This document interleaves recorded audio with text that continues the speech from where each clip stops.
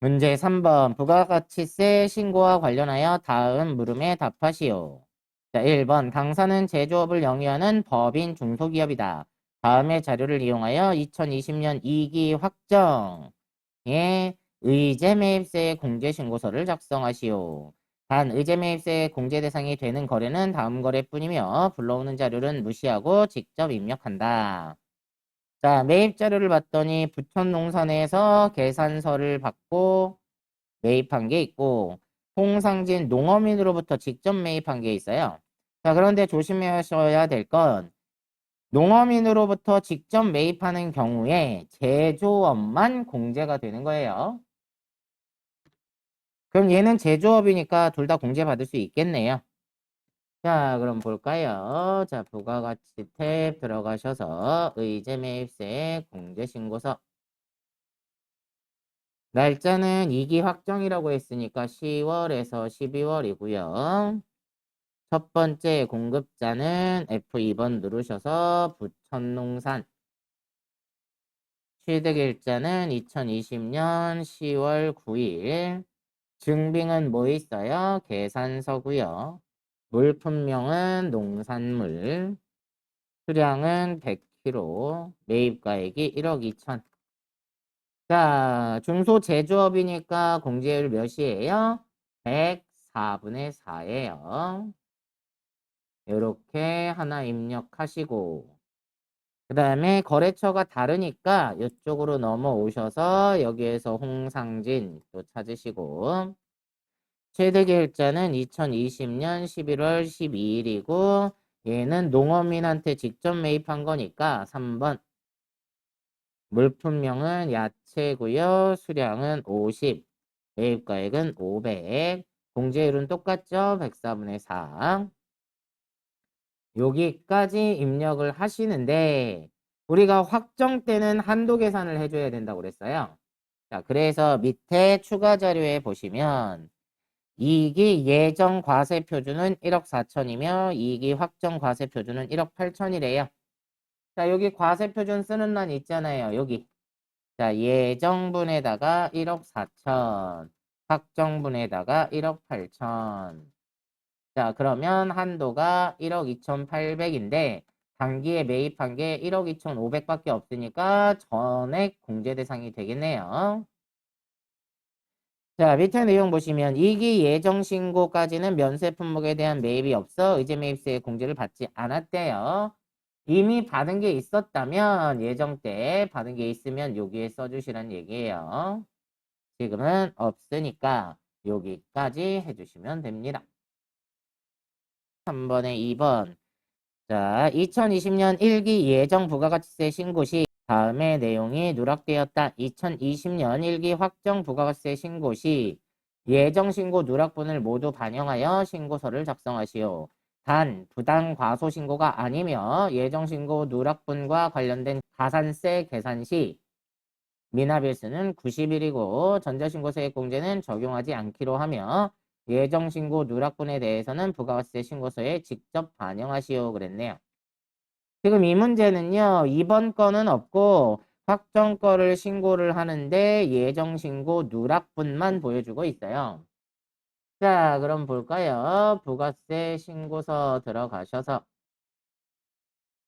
날짜는 1기 확정이니까 4월에서 6월이에요. 자, 오른쪽에 내용 보시면 매출 자료의 첫 번째.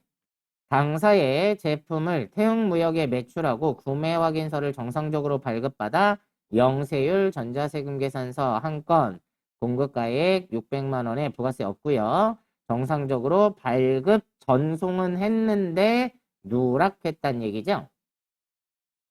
자, 그러면 매출의 예정신고 누락분 영세율 세금 계산서죠. 자, 그러니까 35번에다가 600만 원 쓰시고요. 두 번째, 당사에서 사용하던 트럭을 주 한우에 매각하고 전자세금 계산서 한 건, 공급가액 1,000만 원에 부가세 100만 원, 정상적으로 발급 전송했는데 누락시켰다는 거죠. 그러면 매출의 세금 계산서니까 33번에다가 1000만원에 100만원이요. 다음 세 번째, 당사의 제품 440만원 부가세 포함 비사업자에게 신용카드 매출전표를 발행하고 매출했대요. 매출의 예정신고 누락분 카드잖아요. 그죠? 근데 예정신고 누락분은 세금계산서 아니면 기타라고 그랬어요. 그죠? 그러니까 34번에다가 400에 40을 쓰셔야 되고요.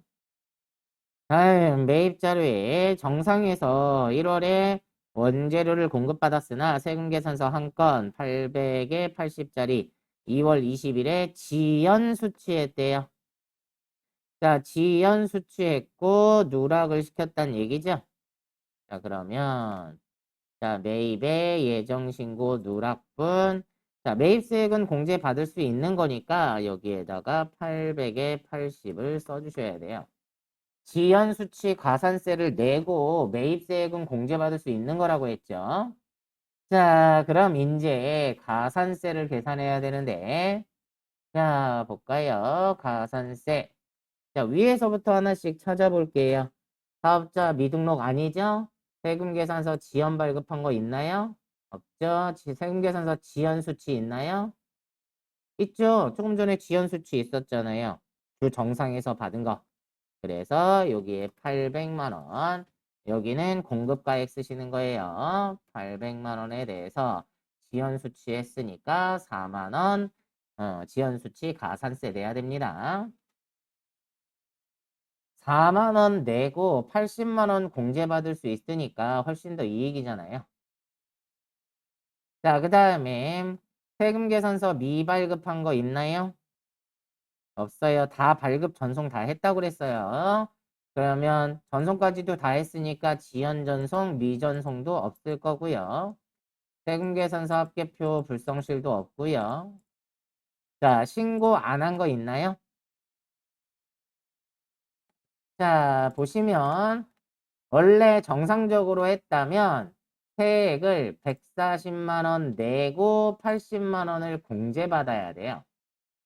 맞죠? 정상적으로 신고했다면. 그러면 세액은 얼마를 안 냈다는 거예요? 60만 원만 신고를 안 한 거예요. 이해 되셨나요? 정상적으로 신고했다면 매출세액에서 매입세액을 공제받을 거잖아요. 그러니까 얼마만 60만 원만 안 냈다. 신고를 안 했다. 자, 신고불성실 가산세는 미납세액의 10% 3개월 안에 신고하면 75% 감면해 준다고 그랬죠? 자, 그러니까 60만 원의 10%는 6만 원이고 75% 감면을 해주니까 내가 납부해야 되는 건 25%만 내면 되니까 15,000원입니다. 자, 그 다음에 신고불성실은 납부지연 같이 따라다닌다고 했죠. 그래서 60만 원에 대해서 자, 원래 신고해야 되는 건 1월 아니 1기 예정 때잖아요. 그러니까 2020년 04월 25일 날 해야 되는데 지금 확정 때 하고 있으니까 2020년 07월 25일. 자, 91일이네요. 그냥 확인할게요. 확인. 자, 문제상에선 90일이라고 나와 있는데 그 옛날 문제라서 그냥 91일로 할게요. 자, 그 다음에 영세율 과세표준 신고 안 한 거 있나요? 있잖아요. 1번 매출 자료의 첫 번째 거 당사의 제품을 태용무역에 매출하고 구매 확인서를 정상적으로 발급받아 영세율 전자세금 계산 3건을 정상적으로 발급 전송은 했지만 신고를 누락했다는 거예요. 자, 그러니까 여기에다가 600만 원이고요. 얘도 3개월 이내 신고하면 75% 감면해 줍니다. 그래서 3만 원에 0.25 7,500원만 납부를 하면 되겠네요. 자, 문제 4번. 다음 결산자를 입력하여 결산을 완료하시오. 그랬네요. 자, 1번은 정기예금에 대한 단기분 경과 이자를 처리하라는 거니까 수동이고요. 2번은 현금 과부족이니까 얘도 수동이고요. 3번의 외화 부채에 대해서 평가를 하라는 거니까 얘도 수동. 4번은 단기매매증권 평가하라는 얘기니까 얘도 수동. 5번은 이익잉여금 처분 명세를 작성하라는 거니까. 자, 그러면 이 문제는 결산에서는 다 수동밖에 없네요. 자, 그러면 자, 수동은 회계관리에 일반전표 입력에 12월 31일자로 입력을 하시면 되고요. 자, 1번 볼까요? 다음 자료를 이용하여 정기예금에 대한 당기분 경과 이자를 회계 처리하시오. 예금 금액은 3억 원이고요. 가입 기간은 2020년 8월 1일부터 내년 7월 31일까지예요. 연 이자율은 2%고 이자 수령 시점은 만기에 한 번에 수령을 할 거래요. 그럼 이 문제는 8월 1일부터 12월 31일까지는 이자 수익이 생겼어요? 안 생겼어요? 생기긴 했어요. 돈을 나중에 받는 것뿐이지. 자, 그러니까 대변에 이자 수익이 생겨요. 자, 얼마죠? 3억 원에 대해서 연이율이 2%라고 그랬잖아요. 그러면 1년치 이자는 600이 될 거고요. 우리가 인식해야 되는 이자는 8월부터 12월이에요. 자, 그러면 8, 9, 10, 11, 12, 5개월이죠? 그래서 12분의 5 해주시면 되겠네요. 그러면 올해치 이자 수익은 250만 원이고요. 아직 못 받았으니까 미수 수익으로 해주시면 되겠네요. 다음 2번 단기 중에 실제 현금보다 장부상 현금이 33만 원 부족해서 장부상 현금이 부족하다는 거니까 실제 현금이 많다는 거죠. 그러면 현금 과부족 잔액은 대변에 있을 거예요. 자, 그런데 그 현금 과부족으로 회계 처리했던 걸 그 금액 중에 3만 원은 현재까지 원인을 알 수 없으며 나머지는 휴림에 대한 선수금으로 밝혀졌대요. 자, 그러면 차변으로 현금 과부족을 없애주고요. 얼마? 33만 원. 이 중에 30만 원은 계약금 받은 거니까 선수금, 휴림 해서 얼마? 30만 원. 나머지는 결산일까지 못 찾았으니까 잡이익으로 하시면 되겠죠. 다음 3번 국민은행에 대한 외화 차입금 500만 원 5,000달러였대요. 단기 차입금으로 계상되어 있다. 단기말 현재 적용 환율은 1달러당 900원이래요. 자, 단기 차입금 빌릴 때 당시에는 5,000달러가 500만 원이었으니까 달러당 1,000원이었을 거예요. 그런데 900원으로 떨어졌으니까 빚이 줄었겠죠? 그래서 차변으로 단기 차입금 누구네 거? 국민은행 거 얼마가 100원씩 5,000달러니까 50만 원이 되고요. 얘는 빚이 왜 줄었다? 환율로 인해서 빚이 줄었다는 거죠. 그래서 외화 환산 이익이 되겠죠. 다음 4번 단기말 현재 보유하고 있는 단기매매 증권의 내역은 다음과 같다. 취득일은 2019년 1월 30일 날 취득했는데 천주를 전기 말에 평가를 했더니 시가가 10만 원이었대요. 한 주당. 그런데 한 주당 11만 5천 원으로 늘었으니까 15,000원씩 천주가 늘었죠. 자, 그러면 1,500만 원이 늘었네요. 자, 그러면 차변에 단기 매매 증권이 1,500만 원이 늘었다. 늘어난 이유는 단기 매매 증권을 뭐 했더니 평가했더니 이익이 났더라. 이렇게 해주시라는 거고요.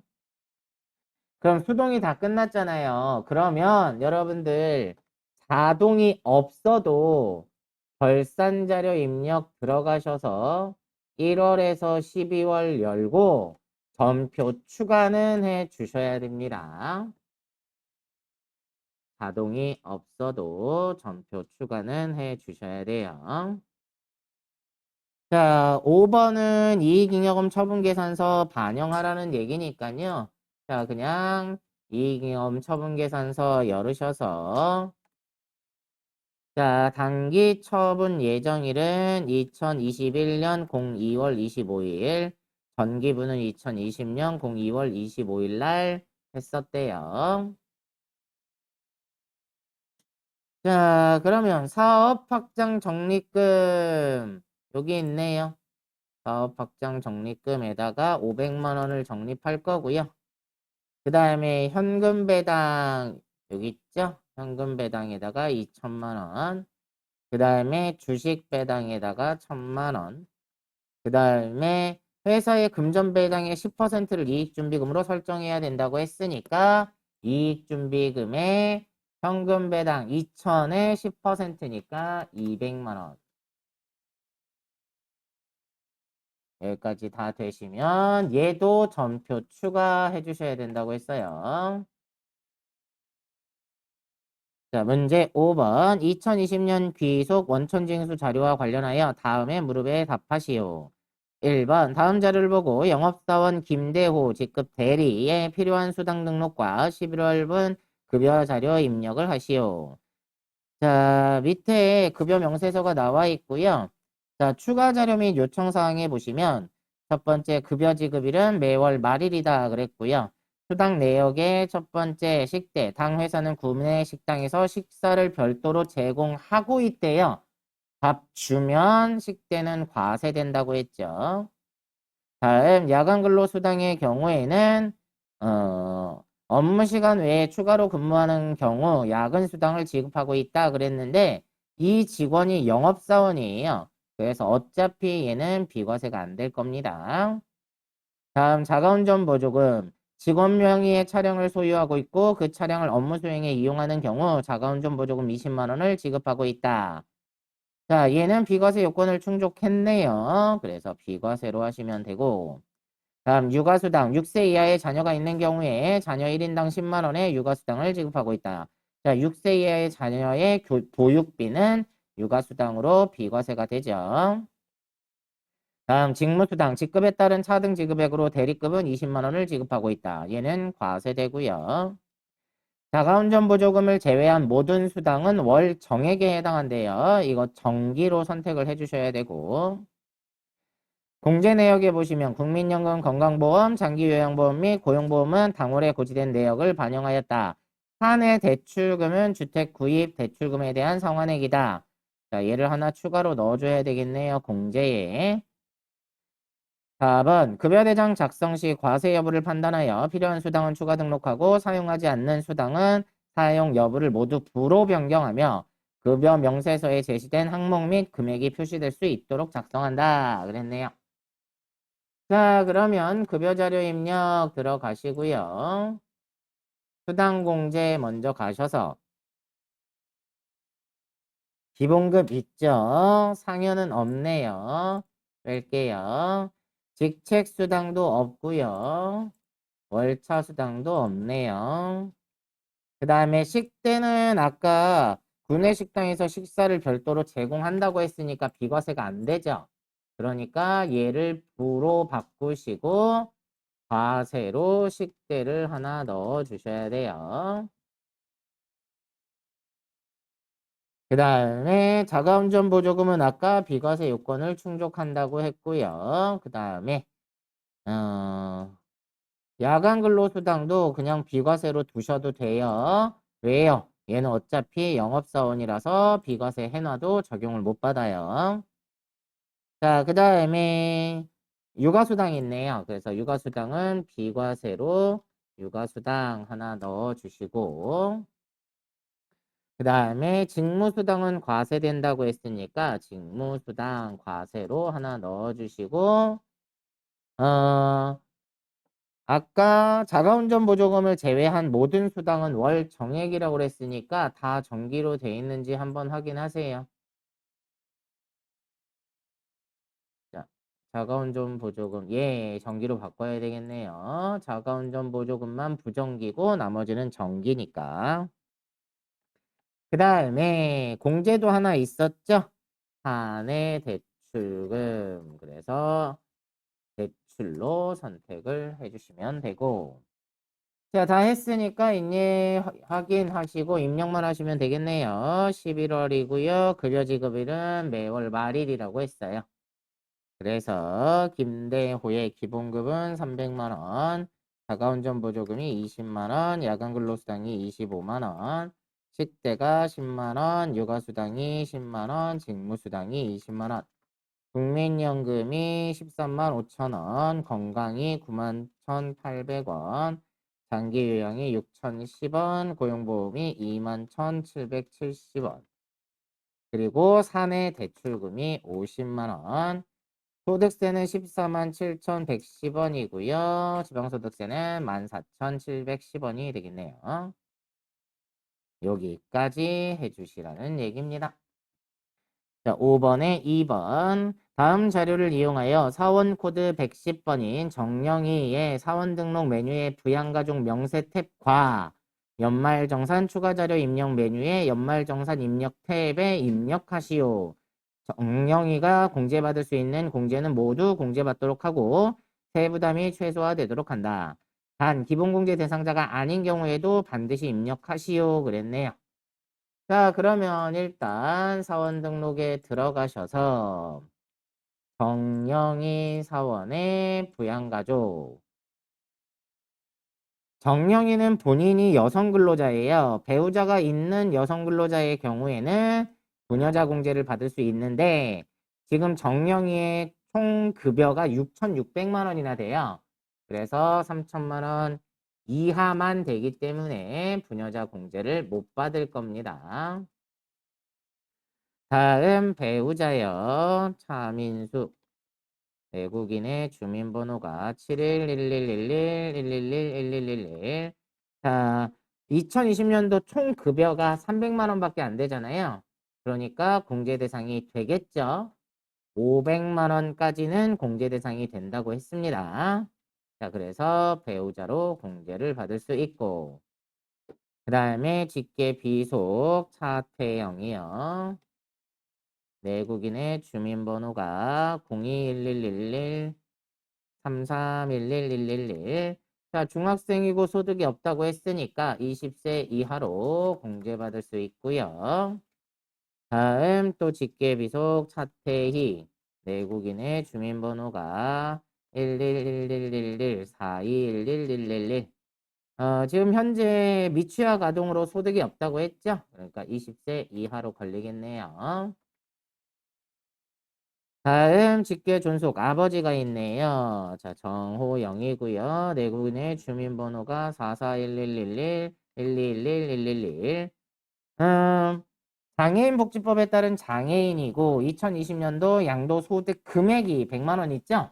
양도소득 금액 100만 원까지는 됩니다. 100만 원을 초과하면 안 되는 거예요. 그러니까 60세 이상에 걸리고 경로 우대도 걸리고 장애인 복지법에 의한 장애인까지 해주셔야 되겠네요. 다음 차민영 신우이 형제자매죠. 차민영 내국인의 주민번호가 751111222222. 자, 형제자매는 20세 이하 60세 이상만 가능하다고 그랬으니까 나이 제한에 걸렸죠. 그래서 부로 해주셔야 됩니다. 자, 연말정산 추가 자료 들어가셔서 사원은 정영이고요. 자, 보험료부터 볼까요? 본인의 생명보험료는 공제해주겠죠. 그래서 보장성 보험 일반에다가 120만 원 쓰시고 본인의 저축성 변액보험료, 저축성 보험은 안 해준다고 그랬죠. 그 다음에 아버지의 장애인 전용 보장성 보험료 해줘야죠. 아버지가 돈을 못 버는 장애인이었잖아요. 자, 그러니까 장애인에다가 150만 원 해주시고 다음 의료비 본인의 건강검진비 50만 원 해줘야 되겠죠? 그럼 본인에다가 50만 원 쓰시고 그 다음에 두 번째 본인 시력 보정용 컨택트 렌즈 구입비가 60만 원인데 얘는 50만 원 한도죠? 그러니까 여기 본인에다가 100만 원으로 수정을 하시고 다음 아들 차태영의 질병 치료 목적의 병원 진료비 해주겠죠. 자, 그러면 그 밖에 공제 대상자에다가 200만 원 써주셔야 되고, 아버지 정호영의 질병치료 목적의 병원 입원비 650만 원. 장애인이죠? 그러니까 장애인에다가 650만 원 쓰시면 되고요. 자, 의료비는 전액 본인 정영이가 결제를 했대요. 자, 의료비는 여기까지 해주시면 되고, 다음 교육비요.